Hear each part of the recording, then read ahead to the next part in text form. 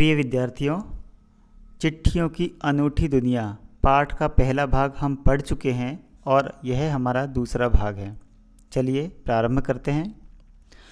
जहाँ तक पत्रों का सवाल है, अगर आप बारीकी से उसकी तह में जाएं, तो आपको ऐसा कोई नहीं मिलेगा जिसने कभी किसी को पत्र न लिखा या न लिखाया हो, या पत्रों का बेसब्री से जिसने इंतज़ार न किया हो। कहने का तात्पर्य ये है कि बहुत ही बेचैनी से जिसने पहले के ज़माने में संदेश भेजने का जो कार्य था वो पत्रों के माध्यम से ही होता था। हमारे सैनिक तो पत्रों का जिस उत्सुकता से इंतज़ार करते हैं उसकी कोई मिसाल ही नहीं है। अर्थात ऐसा उदाहरण अन्यत्र देखने को नहीं मिलता। क्यों? उन्हें बहुत दिन हो जाते हैं, तो घर से दूर रहते हैं, इसलिए वो पत्रों के इंतज़ार करते रहते हैं। एक दौर था जब लोग पत्रों को महीनों इंतज़ार करते थे, पर अब वह बात नहीं। परिवहन साधनों के विकास ने दूरी बहुत घटा दी है। पहले लोगों के लिए संचार का इकलौता साधन चिट्ठी ही थी, पर आज और भी साधन विकसित हो चुके हैं। अच्छा बच्चों, क्या क्या साधन हो सकते हैं, आप बता सकते हैं? हाँ, फ़ोन है, ईमेल है, फैक्स है ना। ये काफ़ी सारे साधन हैं जो संचार के साधन माने जाते हैं। आज देश में लोगों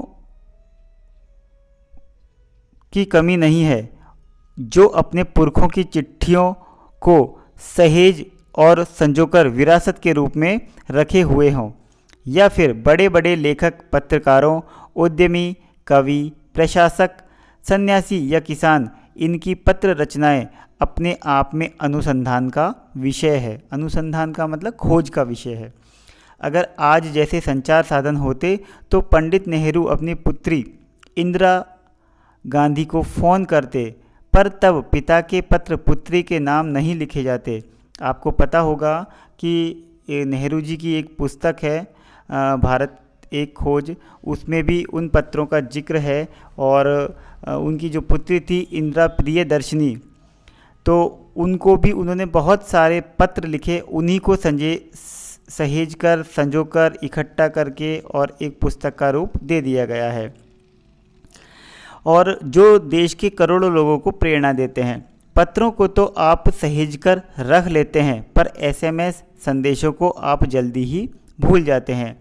अच्छा देखिए, ख़ास बात यह है कि पत्र को तो आप सहेज कर संभाल कर रख सकते हैं, लेकिन जब हमें मोबाइल पर एसएमएस आता है तो उस एसएमएस को हम कुछ ही समय के लिए रख पाते हैं और फिर उसको हम जल्दी ही भूल भी जाते हैं।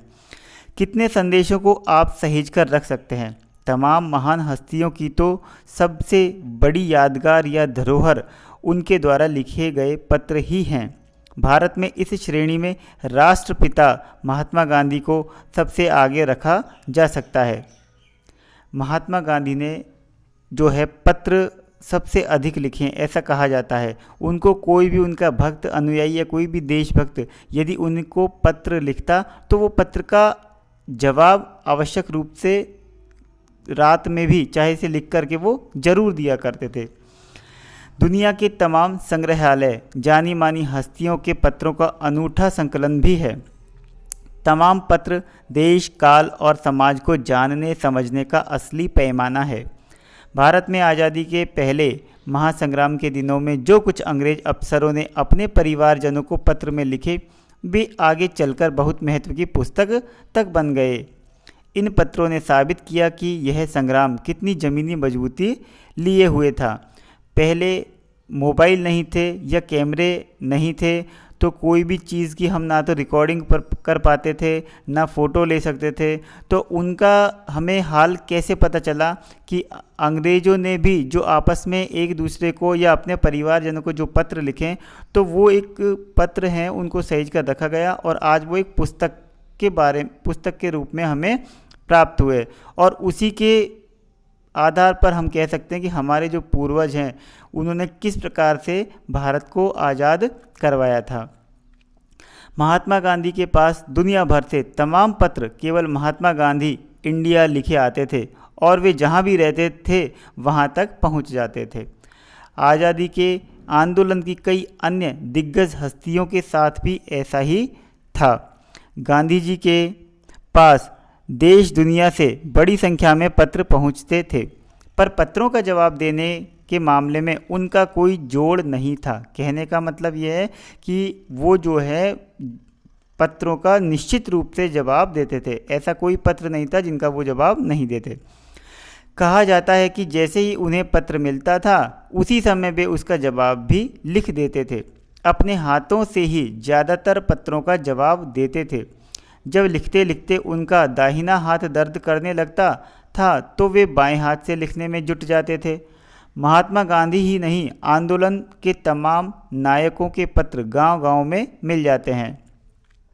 पत्र भेजने वाले लोग उन पत्रों को किसी प्रशस्ति पत्र से कम नहीं मानते हैं और कई लोगों ने तो उन पत्रों को फ्रेम कराकर रख लिया है। अब आप समझ सकते हैं इस बात को कि अगर किसी बड़े महापुरुष का जो पत्र यदि हमारे उनका जवाब यदि हमारे पास में आ जाता है तो हमारे लिए यह सौभाग्य की बात है। तो इसी प्रकार जब गांधी जी किसी भक्त को जब पत्र लिखते थे तो कई लोगों ने तो उन पत्रों को जो है बहुत ही फ्रेम में जड़वा करके और रख लिया एक अमूल्य निधि के रूप में। तो आगे देखिए, फ्रेम कराकर रख लिया, यह होता है पत्रों का जादू। यही नहीं, पत्रों के आधार पर ही कई भाषाओं में जाने कितनी किताबें लिखी जा चुकी है। केवल पत्रों के आधार पर ही किताबों को लिखी जा चुकी है।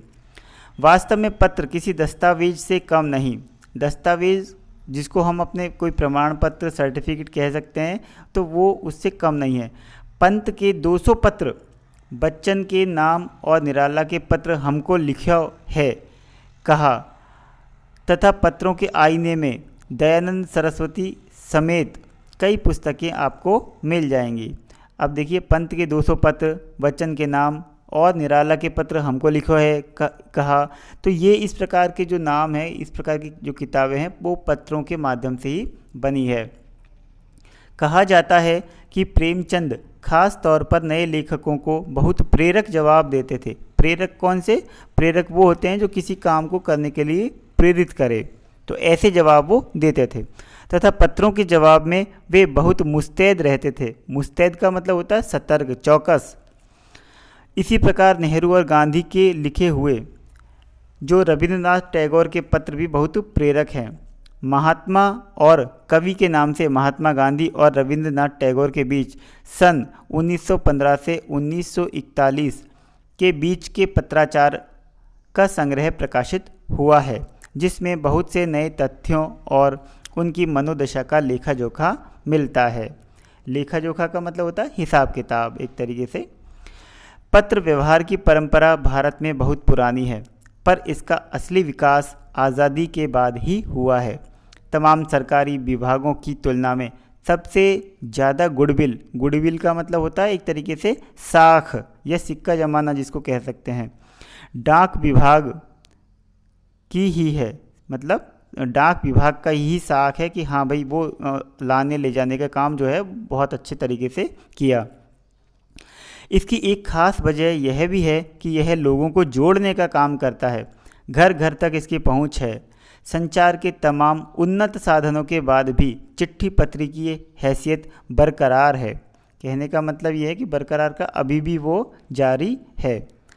शहरी इलाकों में आलीशान हवेलियां हों या फिर झोपड़पट्टियों में रह रहे लोग, दुर्गम जंगलों में से घिरे गांव हों या फिर बर्फबारी के बीच जी रहे पहाड़ों के लोग, समुद्र तट पर रह रहे मछुआरे हों या फिर रेगिस्तान की ढाणियों में रह रहे लोग, आज भी खतों का ही सबसे अधिक बेसब्री से इंतज़ार होता है। एक दो नहीं, करोड़ों लोग खतों और अन्य सेवाओं के लिए रोज़ भारतीय डाकघरों के दरवाज़ों तक पहुंचते हैं और इसकी बहुआयामी का मतलब है बहुत विशाल, अत्यधिक, चारों तरफ से भूमिका नज़र आ रही है।